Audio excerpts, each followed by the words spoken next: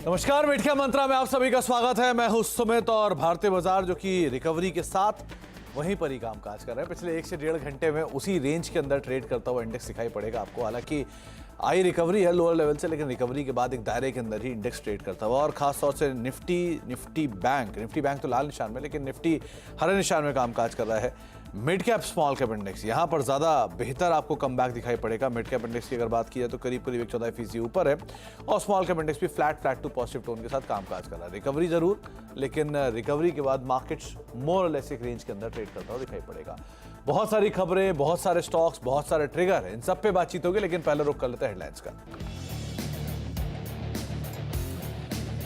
बाजार में निचले स्तरों से शानदार रिकवरी। नीचे से निफ्टी 200 अंक और निफ्टी बैंक 550 अंक सुधरा। आईसीआईसीआई बैंक, एचडीएफसी बैंक से मिल रहा है सहारा। मिड कैप इंडेक्स में भी आउट परफॉर्मेंस। कैपिटल गुड्स शेयरों में जोरदार तेजी, 1.5% उछला बीएसई कैपिटल गुड्स इंडेक्स। 4% से ज्यादा उछाल के साथ वायदा का टॉप गेनर बना कमिंस, साथ ही वोल्टा, सीमेंस, पॉलीकैब में भी 2% से ज्यादा का उछाल। वहीं एफएमसीजी और ऑटो शेयरों में रौनक। कमजोर बाजार में भी डिफेंस शेयरों ने दिखाया कमाल। 4 वेसल के नए ऑर्डर से 5% से ज्यादा उछला गार्डन रीच शिप बिल्डर्स। वहीं नए ऑर्डर्स की उम्मीद से मज़गांव डॉक भी 4% ऊपर, साथ ही एचसीएल और बीएल में भी रौनक। सरकारी बैंक, एनबीएफसी और फाइनेंशियल इंस्टीट्यूशन के लिए राहत भरी खबर। सूत्रों के मुताबिक वित्त मंत्रालय ने प्रोजेक्ट फाइनेंसिंग नियमों को लेकर आरबीआई को नरमी बरतने का दिया सुझाव। सीएनबीसी आवाज की एक्सक्लूसिव। कल से शुरू होगा स्पेक्ट्रम नीलामी। भारतीय एयरटेल, रिलायंस जियो, वोडाफोन आइडिया जैसी कंपनियां लेंगी हिस्सा। 15,000 करोड़ का स्पेक्ट्रम खरीद सकती हैं कंपनियां। और 18वीं लोकसभा संसद सत्र शुरू। प्रधानमंत्री मोदी ने ली संसद पद की शपथ। कहा तीसरे कार्यकाल में पहले से 3 गुना ज्यादा करेंगे काम। आपातकाल को बताया लोकतंत्र पर काला धब्बा। विपक्ष से सार्थक सहयोग की appeal.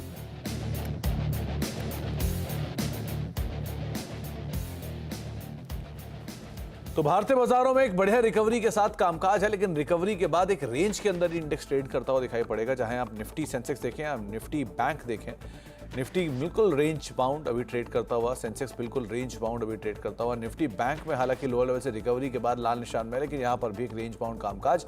Mid cap small cap index भी लोअर लेवल से अच्छी रिकवरी के बाद एक रेंज बाउंड ट्रेड के अंदर ट्रेड करते हुए, तो यथास्थिति बरकरार है पिछले 1 से 1.5 घंटे के अंदर, जबकि बाजार वहीं पर ही कामकाज करता हुआ दिखाई पड़ रहा है। अरुण कुमार मंत्री हमारे साथ मौजूद हैं, उनसे हम बातचीत करेंगे, लेकिन उससे पहले एक बार एडवांस डिक्लाइन देख लीजिए कि अभी भी एडवांसेस डिक्लाइन से बेहतर साइड पे ही आपको दिखाई पड़ेंगे। 1300-1350 शेयर जो कि तेजी में है, और करीब 1090 शेयर या 1100 शेयर बिकवाली में कामकाज कर रहे हैं। अरुण सर नमस्कार, स्वागत है कार्यक्रम में। पहले तो मार्केट्स में रिकवरी तो आई, लेकिन रिकवरी के बाद एक दायरे में ही कामकाज है। आप कैसे रीड कर रहे हो मार्केट्स को? मतलब फॉल तो अरेस्ट कर रहा है, लेकिन तेजी भी नहीं दिखा रहा है, दायरे में ही है, क्या करें? Good afternoon Sumit ji. सुमित जी, आपने एकदम सही कहा। एकदम रेंज बाउंड सेशन मार्केट में नजर आ रहा है। 23,300, 23,350 लास्ट वीक, या आप कह सकते हैं लास्ट 7 से 8 दिन सभी इसी की बात कर रहे हैं।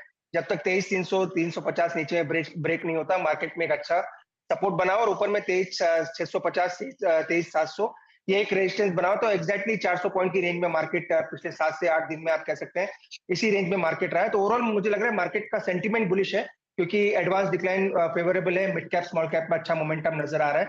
नो डाउट इंडेक्स लेवल पे कोई आपको बड़ा उछाल देखने को नहीं मिल रहा, पर स्टॉक स्पेसिफिक एक्शन काफी देखने को मिल रहा है। इवन आज भी अगर आप देखें तो एमएनसीज कंपनीज काफी अच्छा कर रही है, कैपिटल गुड्स कंपनीज काफी अच्छा कर रही है, इवन पावर में भी अच्छा मोमेंटम नजर आ रहा है। तो स्टॉक स्पेसिफिक एक्शन ज्यादा है। और जहां तक इंडेक्स की बात है, जब तक 23,300 नीचे में ब्रीच नहीं होता, मार्केट में बुलिश ट्रेंड ही बना हुआ है। जब तक 23,300 होल्ड कर रहा है, मार्केट में बाय ऑन डिप्स की स्ट्रेटेजी रखनी। जब तक 23,300 होल्ड कर रहा है, तब तक आप मार्केट में बाय ऑन डिप्स की स्ट्रेटजी को ही मेंटेन करेंगे, ये एक राय आपको अरुण सर दे रहे हैं। अरुण सर, निफ्टी बैंक को लेकर वहां क्या राय है? क्योंकि वहां पर भी रिकवरी है, लेकिन वहां लाल निशान में कामकाज है, हालांकि है वो भी रेंज में ही, लेकिन उधर क्या करें? जी, आईसीआईसीआई बैंक और एचडीएफसी बैंक दोनों ही अच्छे लग रहे हैं, तो वहां पे भी शॉर्ट करने की सलाह नहीं है जब तक 51,300, 51,300 का लेवल नीचे ब्रीच नहीं होता। वहां पे भी बाय ऑन डिप्स की स्ट्रेटेजी रहेगी। ऊपर में 51,800 से 52,000 ये एक रेजिस्टेंस रहना चाहिए। जो एग्जैक्टली सेम पैटर्न है निफ्टी बैंक निफ्टी में, दोनों में भी सेम रेंज बाउंड सेशन नजर आ रहा है। शॉर्ट की सलाह इसीलिए नहीं है क्योंकि जिनके जो मेन इंग्रेडिएंट्स है, आप कह सकते हैं आईसीआईसीआई और एचडीएफसी दोनों ही चार्ट पे अच्छे लग रहे हैं, तो शॉर्ट की सलाह नहीं है जब तक 51,300 होल्ड करता है। अगर नीचे भी आता है 100-150 पॉइंट तो बाई करने की सलाह रहेगी। तो निफ्टी बैंक के केस में भी अभी शॉर्ट तो ना करें एटलीस्ट, लेकिन कहीं नीचे मिले तो आप लॉन्ग साइड पे जरूर जा सकते हैं। इंडिविजुअल स्टॉक्स जो कि आपको सही लग रहे हो अरुण सर? जी, दो सेक्टर काफी अच्छा कर रहे हैं। एक तो सीपीएससी कह सकते हैं, जो पीएससी सेक्टर से, जो पब्लिक सेक्टर यूनिट्स है, वहां पे अच्छा मोमेंटम नजर आ रहा है। सेकंड, मेटल्स में भी स्टॉक स्पेसिफिक एक्शन काफी अच्छा है। तो पहला स्टॉक अगेन पावर सेक्टर से रहेगा। पावर ग्रिड में बाई करने की सलाह रहेगी। 332 के आसपास स्टॉक चल रहा है, तो 326 के स्टॉप लॉस से आप बाई करें और 348 तक का ऊपर में टारगेट रख सकते हैं। सेकंड स्टॉक अगेन थोड़ा रिस्की कॉल है, पर मुझे लग रहा है इसमें एक बड़ा ब्रेकआउट नजर आ रहा है। मॉइल में खरीदारी की सलाह है। 560 के आसपास ये स्टॉक चल रहा है, पर इसमें एक बड़ा ब्रेकआउट नजर आ रहा है, तो 560 के आसपास बाई करें, 545 का स्टॉप लॉस लगाएं और 610 ये टारगेट्स मुझे मॉइल में नेक्स्ट 3 से 4 दिन में आते हुए नजर आ रहे हैं। तो मॉइल आप यहाँ पे खरीदारी कर सकते हैं मैग्नीज और इंडिया लिमिटेड, मैग्नीज और इंडिया लिमिटेड में हाँ 7% के आसपास की बढ़त देखने को मिल रही है। और दूसरा नाम जो है वो है पावर ग्रिड, डे हाई के आसपास ये भी कामकाज कर रहा है, 2% की एक बढ़िया तेजी यहाँ पर भी देखने को मिल रही है। आगे बातचीत कर लेते हैं अब कुछ और स्टॉक्स को लेकर ही। पहले मिड कैप इंडेक्स लेकर आइए, करीब करीब फ्लैट टू पॉजिटिव 1/4% के आसपास की बढ़त यहाँ पे देखने को मिल रही है। लेकिन जो अपमूव देखने को मिल रहा है उसमें सबसे ऊपर नाम कैपिटल गुड्स का ही आता है। अभी थोड़ी पहले हम आशीष सर से बातचीत कर ही रहे थे। सीजी पावर 5.5% की तेजी, 700 रुपये 700 के ऊपर ये कामकाज कर रहा है नए ऑल टाइम हाइस पर। सीमेंस 7600, कमेंस 4000, वोल्टास 1500, बढ़िया तेजी यहाँ पर। एफएमसीजी में से इमामी 3.5% ऊपर है, मेरिको 1.5% ऊपर है, गोदरेज कंज्यूमर 1.5% ऊपर है और डाबर 1% की बढ़त यहाँ पर भी देखने को मिले। मिड कैप में से बॉम्बे बर्मा 16.5% ऊपर है, बॉम्बे डाइंग 12% ऊपर है, जेएसडब्ल्यू होल्डिंग 14% ऊपर है और मॉइल जिसका भी जिक्र किया 8% की तेजी यहाँ पर भी है। बिकवाली है डेल्टा कॉप में 4.5% नीचे, आरसीएफ में 6.5% नीचे, अरविंद और स्वान एनर्जी जहाँ पर भी 4-4.5% के आसपास की बिकवाली देखने को मिल रही है। यहाँ पर थोड़ा बहुत प्रेशर बनता हुआ दिखाई पड़ रहा है, लेकिन एक अच्छी तेजी आज कैपिटल गुड्स स्पेस और साथ साथ डिफेंस और होल्डिंग कंपनीज के अंदर आते हुए दिखाई पड़ रही है। इन पर हम आगे बातचीत करेंगे, लेकिन अब सरकार ने गेहूं पर स्टॉक लिमिट लगा दी है। होलसेलर्स, रिटेलर्स दोनों पर स्टॉक लिमिट लगा दी गई है। पूरी डिटेल के साथ इस पर बातचीत कर लेते हैं। असीम मनचंदा हमारे साथ मौजूद है। असीम, एक तरफ तो सरकार कह रही है कि देश में गेहूं की कोई कमी नहीं है, फिर भी स्टॉक लिमिट लगाई जा रही है, ऐसा क्यों? सुमित, देखिए, अगर मैं पिछले 1 साल की बात करूं तो गेहूं की कीमतें 5.5% तक बढ़ी हैं, लेकिन और इस बार गेहूं का उत्पादन भी हमें ठीक ठाक देखने को मिला। लेकिन सरकार को यह आशंका है कि जो व्यापारी हैं वो अभी भी गेहूं की होर्डिंग कर रहे हैं। सरकार ये चाहती है कि जो भी ट्रेडर्स हैं वो गेहूं को खुले बाजार के अंदर बेचे, तो इसीलिए सरकार ने गेहूं के ऊपर स्टॉक लिमिट लगाने का फैसला किया है। ये स्टॉक लिमिट आज से ही लागू हो गई है। जो व्यापारी, बड़े व्यापारी, होलसेलर है, उनके लिए स्टॉक लिमिट 3000 मेट्रिक टन रखी गई है, जबकि जो छोटे रिटेलर है उनके लिए 10 मेट्रिक टन के आसपास की लिमिट रखी गई है। इन लोगों को 30 दिन का वक्त दिया गया है कि आप अपने पास जो अभी आप स्टॉक लिमिट से ज्यादा आपके पास स्टॉक है, आप उसको बाजार के अंदर उतार दें। और सरकार ने ये भी कहा है कि सरकार के पास गेहूं की कीमतें कम करने के लिए सारे विकल्प खुले हुए हैं, यानी कि सरकार इंपोर्ट ड्यूटी भी घटा सकती है। अभी गेहूं के ऊपर 40% तक की इंपोर्ट ड्यूटी लगती है, तो सरकार ये चाहती है कि इसको कम कर दिया जाए, जिसके ऊपर सरकार आने वाले दिनों में फैसला ले सकती है। पहले सरकार का ये कदम हमको देखने को मिला जहाँ स्टॉक लिमिट घटाई गई है, आगे सरकार और भी कोई कदम इसको लेकर के उठाएगी। तो कई सारे कदम इस पे आगे और उठ सकते हैं, लेकिन फिलहाल 31 मार्च 2025 तक के लिए जो स्टॉक लिमिट है वो लागू की गई है। लेकिन देश में कोई गेहूं की कमी नहीं है, ये बात जरूर की गई है। अरुण सर, इसमें एक ही स्टॉक ध्यान में आ रहा है, वो है आईटीसी, जिसके ऊपर आप नजर डालिए कि एक बड़े कंज्यूमर के तौर पर भी है ये गेहूं का और एक बड़ा डिस्ट्रीब्यूटर भी है ये आटे को लेकर। सो आईटीसी के चार्ट्स कैसे दिख रहे हैं आपको? तो मुझे अगेन एक कंप्लीटली रेंज बाउंड सेशन नजर आ रहा है। अगर आप पिछले 3 या 4 हफ्तों की बात करें तो नीचे में 415, ऊपर में 435, इसी के बीच में स्टॉक कंटिन्यूअसली ट्रेड कर रहा है। नो डाउट अभी सपोर्ट के आसपास है, 420 423 के आसपास स्टॉक चल रहा है, तो यहाँ से हो सकता है बाउंस आ सकता है। 430 32 तक के भी लेवल्स देखने को मिल सकते हैं। नो डाउट इस न्यूज का क्या इम्पैक्ट होगा ये देखना पड़ेगा, पर एग्जैक्टली सपोर्ट के आसपास है। अगर कोई एक रिस्की बेट लेना चाहता है तो यहाँ से ले सकता है, 418 का स्टॉप लॉस ला के बाई कर सकता है। 430 432 के ऊपर में टारगेट है। तो आईटीसी डे हाई के आसपास ये कामकाज कर रहा है, इसलिए ये बात करना जरूरी था। असीम, बहुत बहुत शुक्रिया ये तमाम डिटेल हमसे शेयर करने के लिए और हमसे बातचीत करने के लिए। एक इंपॉर्टेंट खबर जिसके ऊपर अभी अभी आपने असीम को सुना भी, लेकिन एक और इम्पॉर्टेंट स्टॉक जहां पर एक बढ़िया तेजी आज देखने को मिल रही है। हाल में लिस्ट हुई टीबीओ टेक में आज 10% का एक उछाल है। दरअसल गोल्डमैन सैक्स ने इस कंपनी पर एक रिपोर्ट निकाली है और उस रिपोर्ट के बाद स्टॉक में एक जबरदस्त उछाल है। यतिन से बातचीत कर लेते हैं। यतिन, टीबीओ टेक ये लिस्टिंग बढ़िया और उसके बाद अब नई कवरेज, उसका एक स्टॉक में इम्पैक्ट, क्या डिटेल है यहाँ पर? तो देखिए, गोल्डमैन सैक्स की एक इनिशिएटिंग कवरेज रिपोर्ट आई है टीबीओ टेक में, और आपको अगर ख्याल है तो 900 रुपए के आसपास थोड़े महीनों पहले ही इसका आईपीओ आया था। आईपीओ की ग्रैंड सक्सेस के बाद यहाँ से भी गोल्डमैन सैक्स को लगता है कि स्टॉक में और फर्दर अपसाइड है। इनफैक्ट 1970 यानी लगभग 2000 रुपए के टारगेट के साथ यहाँ इनकी नई इनिशिएटिंग कवरेज रिपोर्ट आई है, जिसके बाद शेयर में आप 8 से 9% की तेजी दिख रहे हैं। तेजी क्यों है? क्योंकि गोल्डमैन सैक्स को लगता है कि जो free cash flow to net profit ratio है ये 100% से ऊपर रहना चाहिए, यानी जितना कंपनी प्रॉफिट करती है उससे ज्यादा फ्री कैश फ्लो आपको आने वाले वित्त वर्षों में देखने को मिल सकता है। इसके अलावा कंपनी के पास 750 एयरलाइंस और 10 लाख होटल प्रॉपर्टीज अपने ट्रैवल ऑनलाइन प्लेटफॉर्म पे ऑलरेडी रजिस्टर्ड है, जिसके कारण ग्रोथ आगे आने वाले महीनों में काफ़ी शानदार रह सकती है। इनफैक्ट गोल्डमैन सैक्स को लगता है कि कॉम्पिटिटिव इंटेंसिटी काफ़ी लो है इस बिजनेस में, और कहीं ना कहीं स्केल इनको B2B ट्रैवल डिस्ट्रीब्यूशन कारोबार में मिलती रहेगी। एक्विजिशन और जो इनकी कैश ऑन बुक्स है उसको लेके भी गोल्डमैन सैक्स उत्साहित है, और कहीं ना कहीं 30% EBITDA compounded annual growth rate आगे आने वाले जो है दिनों में देखने को मिल सकती है, जिसके कारण स्टॉक में आज एक ज़बरदस्त तेजी का माहौल आप देख रहे हैं। तो एक बढ़िया तेजी टीबीओ टेक के स्टॉक में देखने को मिल रही है। 10% का उछाल है। अरुण सर, चार्ट्स पे कुछ दिख रहा है क्या इसमें? कि अभी रिसेंटली लिस्टेड है तो बहुत डेटा तो नहीं होगा, लेकिन अदरवाइज मुझे सही कहा आपने, डेटा तो काफी लिमिटेड है, पर अगर आप वॉल्यूम्स देखें तो लिस्टिंग डे के दिन जो वॉल्यूम हुई थी उसी के बाद सेकंड हाईएस्ट वॉल्यूम आज ही देखने को मिल रही है। तो डेफिनेटली एक बड़ा ब्रेकआउट है, 8% ऊपर ये स्टॉक ट्रेड कर रहा है।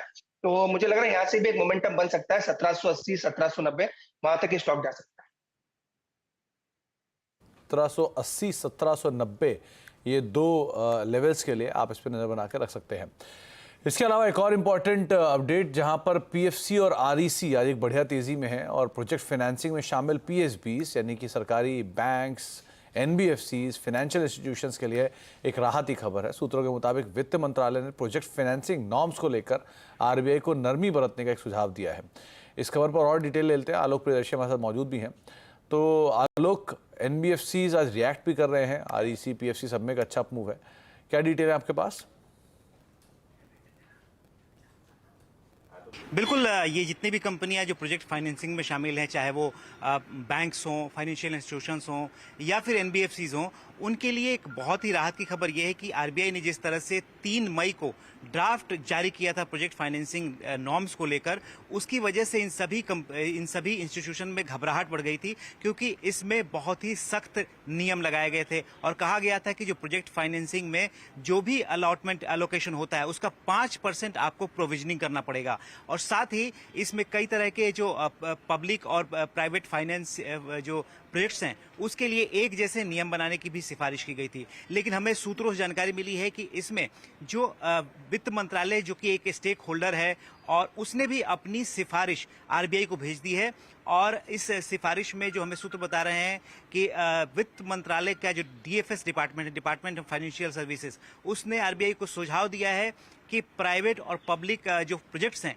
उसमें डिफरेंशिएट करने की जरूरत है, क्योंकि प्राइवेट जो प्रोजेक्ट्स होते हैं वहां पर हो सकता है कि प्रोजेक्ट फेल हो जाए कई सारे वजहों से, लेकिन जहां तक पब्लिक प्रोजेक्ट का सवाल है वहां पर चूंकि सरकार की वहां सोवरेनिटी होती है, सोवरेन गारंटी होती है, लिहाजा प्रोजेक्ट फेल होने के चांसेस कम होते हैं, और अगर कॉस्ट ओवररन यानी कि लागत ज्यादा हो जाती है, ऐसी सूरत में उसको फंड सरकार कर देती है। लिहाजा इसके लिए अलग अलग रूल्स बनाए जाने चाहिए, यानी कि दोनों को डिफरेंशिएट करना चाहिए। अभी आरबीआई ने एक ही नियम सभी तरह के प्रोजेक्ट पर लागू किया है। दूसरा जो सुझाव दिया है वित्त मंत्रालय की तरफ से, वो ये कहा गया है कि जो मोरेटोरियम है, 6 मंथ का यूनिफॉर्म मोरेटोरियम देने की बात की गई है सभी तरह के प्रोजेक्ट्स पे, तो इसमें भी जो प्रोजेक्ट के नेचर टाइप के हिसाब से मोरेटोरियम रखा जाना चाहिए कि किस प्रोजेक्ट की कैसी ज़रूरत है, जबकि आरबीआई ने अपने जो ड्राफ्ट नॉर्म में सभी के लिए यूनिफॉर्म 6 मंथ का मोरेटोरियम रखा है। तो इस पर भी जो सरकार है, वित्त मंत्रालय है, वो डिफर कर रहा है और कह रहा है कि इसमें थोड़ा नरमी बरतने की जरूरत है। और तीसरा जो सबसे अहम है वो है प्रोविजनिंग नॉर्म को लेकर। अभी जो आरबीआई का ड्राफ्ट नॉर्म आया है उसमें उसमें साफ साफ कहा गया है कि अगर कोई भी एलोकेशन कोई फाइनेंशियल इंस्टीट्यूशन करती है तो वहां पर सीधे सीधे शुरुआती दौर में 5% का प्रोविजनिंग होनी चाहिए, जो कि सभी इस फाइनेंशियल इंस्टीट्यूशन के लिए काफी बड़ी परेशानी का हो सकता है, क्योंकि इसकी वजह से मानना है कि कॉस्ट ओवर यानी कि कॉस्ट ऑफ क्रेडिट है वो ज्यादा हो जाएगा। लिहाजा वित्त मंत्रालय की तरफ से कहा गया कि 1 से 2% तक ये प्रोविजनिंग रखी जानी चाहिए। तो ये कुल मिलाकर जो सिफारिश है, वो सुझाव है, वो वित्त मंत्रालय ने आरबीआई को भेजी है। और उसका रिएक्शन भी है, चाहे पीएफसी देखें या आरईसी देखें, दोनों में एक अच्छे अपमूव आते हुए दिखाई पड़ रहे हैं। अरुण सर, दोनों को देखिए जरा, आरईसी पीएफसी डीआई के आसपास ट्रेड कर रहे हैं, क्या करना चाहिए इनमें? तो मुझे दोनों ही स्टॉक पॉजिटिव लग रहे हैं, सपोर्ट के आसपास है। नो डाउट ब्रेकआउट अभी आया नहीं है, पर अगर दोनों में से पिक करना है तो आरईसी का चार्ट ज्यादा मजबूत है, 522 के आसपास ये स्टॉक चल रहा है। तो मुझे लग रहा है ये स्टॉक यहाँ से 542 544 तक जा सकता है, तो इसको लॉन्ग करके चल सकते हैं। 522 के आसपास है, 510 का स्टॉप लॉस लगा है, 542 तक ये स्टॉक जा सकता है। अगेन पीएफसी भी मुझे लग रहा है 495 500 वहां तक भी ये स्टॉक की रैली बन सकती है। तो पीएफसी और आरईसी में अगर चूज करना है तो आरईसी मुझे ज्यादा बेटर लग रहा है, और 545 550 तक ये स्टॉक जा सकता है। 555 के आसपास स्टॉक जाने की यहाँ पर उम्मीदें लगाई जा रही हैं। तो आरईसी पीएफसी दोनों के ऊपर आप राय सुन रहे हैं। लाइकवाइज एक भाई जरा आईईएक्स भी देखिए कि बहुत हद तक आज पावर स्पेस में हमने बात कर ली, पावर ग्रिड पे, पीएफसी पे, आरईसी पे। आईईएक्स देखिए कैसा लग रहा है? मुझे आपने ये सही पिक किया। अगेन ये स्टॉक भी एक ब्रेकआउट के लिए तैयार है। नो डाउट स्टॉक अभी कंसोलिडेशन में है, पर 185 का इसका ब्रेकआउट है, और यहाँ से ज्यादा प्रोबेबिलिटी है कि ये ब्रेकआउट करता हुआ भी नजर आए। तो 177 का एक स्टॉप लॉस रखना चाहिए, जिनके पास भी है उनको 177 का स्टॉप लॉस ला के होल्ड करें। जैसे ये स्टॉक 185 निकलेगा, 194 तक की भी चाल स्टॉक में देखने को मिल सकती है। ओवरऑल स्टॉक पॉजिटिव है, और 194 तक मुझे लग रहा है 2 से 3 दिन में स्टॉक जा सकता है। तो आप आईएक्स पर 190 प्लस के शायद यहाँ पर लेवल्स आते हुए दिखाई पड़ सकते हैं। एक ब्रेक का वक्त हो गया, ब्रेक के बाद लौटते हैं, कुछ और स्टॉक्स पे बातचीत करेंगे, खिलाड़ियों का अपडेट भी देखेंगे, कई सारी और भी चीजें उन पर बातचीत होगी छोटे से ब्रेक के उस पार। अभी भी एक दायरे के अंदर ही कामकाज करते हुए मिड कैप इंडेक्स थोड़ा स्लोली एंड स्टेडली ऊपर आ रहा है। 104% से ज़्यादा की बढ़त अब आ चुकी है। स्मॉल कैप इंडेक्स भी अब slowly and steadily day high की तरफ जा रहा है, लेकिन मार्केट्स में 38 अंकों की बढ़त, सेंसेक्स वहीं और निफ्टी फ्लैट। ज़्यादा एक्शन आपको ब्रॉडर मार्केट्स में दिखाई पड़ेगा। लेकिन अब बाजार की नज़र है कल से शुरू होने वाले स्पेक्ट्रम नीलामी पर। सरकार इस नीलामी में 96,000 करोड़ रुपए का एक स्पेक्ट्रम ऑफर कर रही है।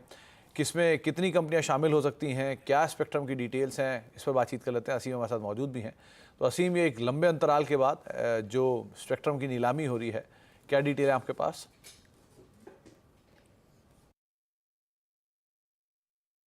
दो साल के बाद सरकार एक बार फिर स्पेक्ट्रम नीलामी करने के लिए तैयार है।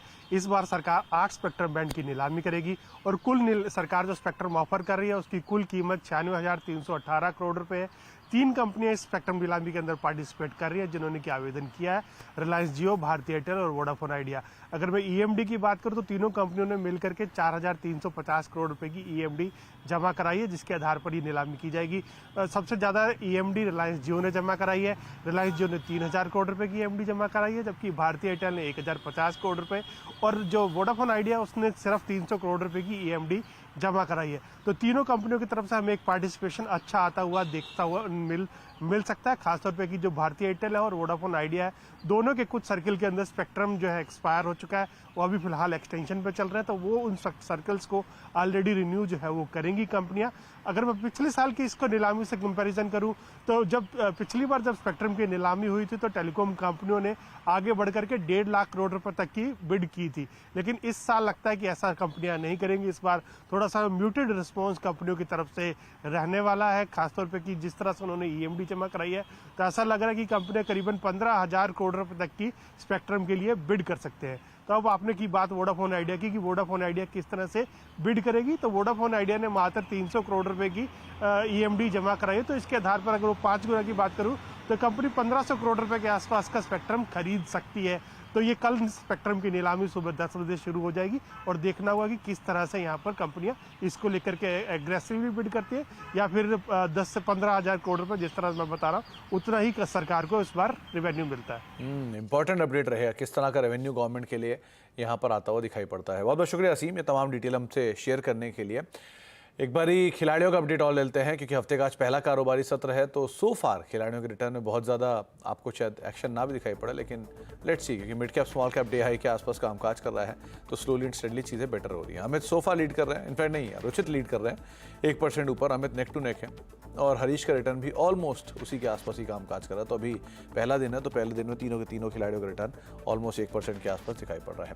एक ब्रेक का वक्त है और ब्रेक के उस पार नो योर कंपनी, और नो योर कंपनी में आज नीरज जी तो होंगे ही और साथ ही साथ आज ब्लू स्टार की मैनेजमेंट भी हमारे साथ मौजूद होंगी। आज ब्लू स्टार के एमडी पी त्यागराजन सर हमारे साथ मौजूद रहेंगे। स्पेशली नॉर्थ इंडिया के समर किस तरह के हैं और किस तरह के डिमांड है, इस पर बातचीत होगी नीरज जी और बी त्यागराजन जी के बीच में। एक ब्रेक के उस पार आप देखिएगा नो योर कंपनी। नमस्कार।